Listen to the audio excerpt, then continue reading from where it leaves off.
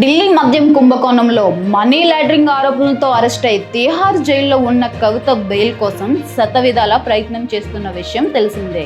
ఇక నిన్న కవిత బెయిల్ పిటిషన్పై ఢిల్లీ హైకోర్టులో విచారణ జరగగా కవితకు సంబంధించి ఎన్ఫోర్స్మెంట్ డైరెక్టరేట్ సిబిఐ తన వాదనలను వినిపించింది. ఈ వాదనలో ఆసక్తికర విషయాలు వెలుగులోకి వచ్చాయి. ఎమ్మెల్సీ కవిత ఢిల్లీ లిక్కర్ కుంభకోణంలో ఏం చేశారు? ఈడీ సిబిఐ తరపున న్యాయవాదులు కోర్టు దృష్టికి తీసుకువెళ్లారు.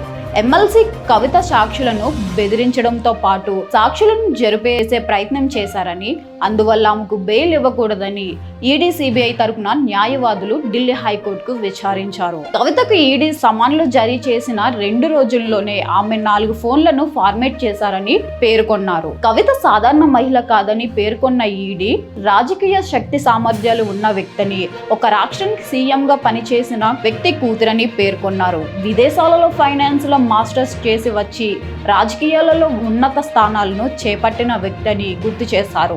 ఈ కేసులో బుచ్చిబాబు, అరుణ్ పిల్లైలను బెదిరించి తనకు వ్యతిరేకంగా ఇచ్చిన వాంగ్మూల్యాన్ని ఉపసంహరించుకునేలా కవిత ఒత్తిడి చేశారని ఈడీ కోర్టు దృష్టికి తీసుకువెళ్లింది. కవిత పైన ఇచ్చిన వాంగ్మూల్యం మాత్రమే ఉపసంహరించుకున్న రామచంద్ర పిల్లై కవిత బినామీగా వ్యవహరించిన ఈ కేసులో 2022లో కవిత పాత్ర గురించి ఇచ్చిన వాంగ్మూల్యాన్ని 118 రోజుల తర్వాత ఉపసంహరించుకున్నట్లు, కవిత ఒత్తిడితోనే ఈ పని చేస్తున్నట్టు వారు కోర్టుకు విన్నవించుకున్నారు. ఈడీ తనను బెదిరించి అనుచితంగా వ్యవహరించి వాంగ్మూల్యం నమోదు చేసిందని చెప్పి ఆయన తన వాంగ్మూల్యాన్ని ఉపసంహరించుకున్నట్లు చెప్పారని, ఈ మొత్తం ఎపిసోడ్ వెనుక కవితనే ఉన్నదని వారు కోర్టులో తెలిపారు.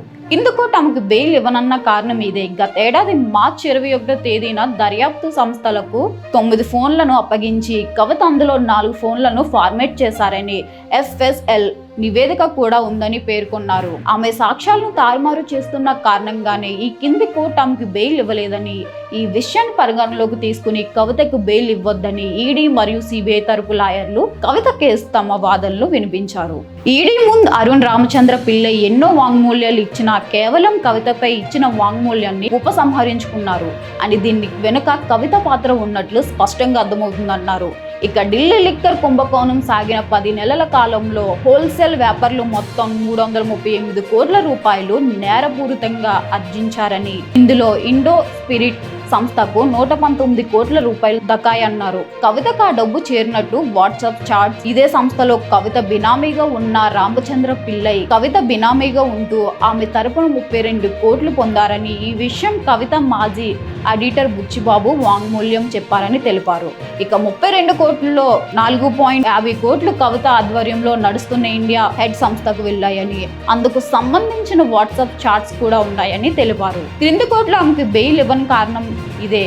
ఏడాది మార్చి 21వ తేదీన దర్యాప్తు సంస్థలకు 9 ఫోన్లు అప్పగించిన కవిత అందులో 4 ఫార్మాట్ చేశారని పేర్కొంది.